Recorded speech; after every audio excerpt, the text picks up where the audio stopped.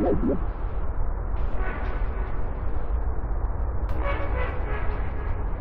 you want a banana? My Friend Pedro is one of the best indie games I have ever played.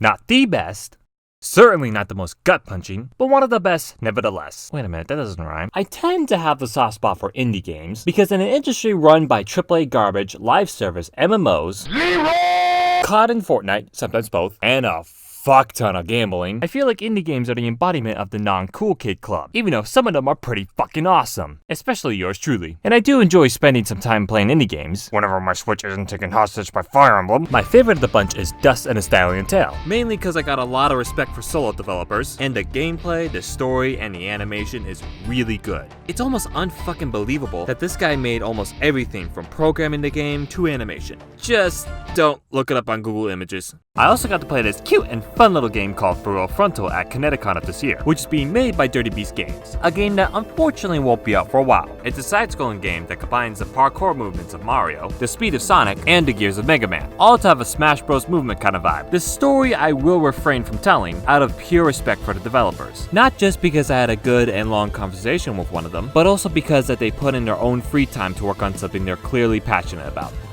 And to that, I have to say, how the fuck have you not heard about this game? Subscribe to them! Follow them on Twitter! Follow me on Twitter. Give them all the love! Sorry, where was I again? Oh yeah, My Friend Pedro. I heard about this game because it was being published by Devolver Digital. Same guys who made Hotline Miami, Pigeon Dating Simulator, and the best moments at E3. Eat your heart out, Ubisoft! You start the game by playing, as Yati would describe him, some dude. Thanks, asshole. But I would more accurately describe him as Sokka, a race of all personality, got a Jason mask, learned how to John Wick, took ballerina, skateboards, and stops time. See that ponytail in the back of his head? That's no ponytail, Katara! This is a warrior's wolf tail. Anyway, Mr. Sokka Jason Wick wakes up and is aided by the star, or banana, of the show, Pedro. A sentient banana who guides you to stop the Mafia's leader, Mitch the Butcher, who is, plot twist, your father.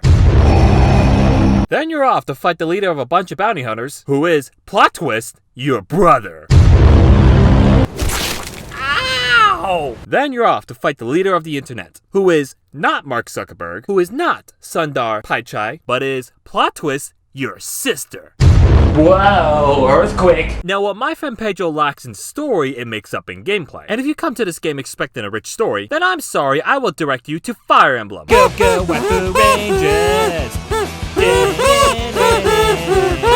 go, Waifu Rangers! But off the bat, the game kicks the gun fu to 13. And boy is it fun. You start the game off with pistols and submachine guns, which can be split to fire in two directions. And in later levels, you get more powerful two-handed weapons. My favorite? Shotgun. Why? Dr. Sarge says take 2 barrels of this shotgun and call me when you're dead. Ring, ring, hello, is it you? Yep, you're dead. But you can't do much more than spin like a Beyblade and go pew pew. You can parkour, slow time, kick knives, kick frying pans, kick meat, kick balls, kick meatballs, and kicking meat to someone's meatballs. God, I want some spaghetti and meatball. You can combine a lot of these with the badass guns you get over time, as the higher the power level of your enemies get. Speaking of enemies, the enemy types are meh. They're all generic and no one cares for any of them, such as goons, bounty hunters, weirdos in onesies, military guys, and hardcore gamers. Oh wait, ha! But while the enemies suck ass, the soundtrack kicks ass. It reminds me of Payday 2's soundtrack, having electric instrumental elements. And I'll admit, whenever I go to work at the shit show, by the way, I don't work there anymore, so fuck you, Walmart! I'll play a couple songs as I'm driving. You've been hearing a little bit of it in the background through this video, but I'm gonna play a couple samples so you can hear for yourself. By the way, if you can't see this video anymore, you know who to blame.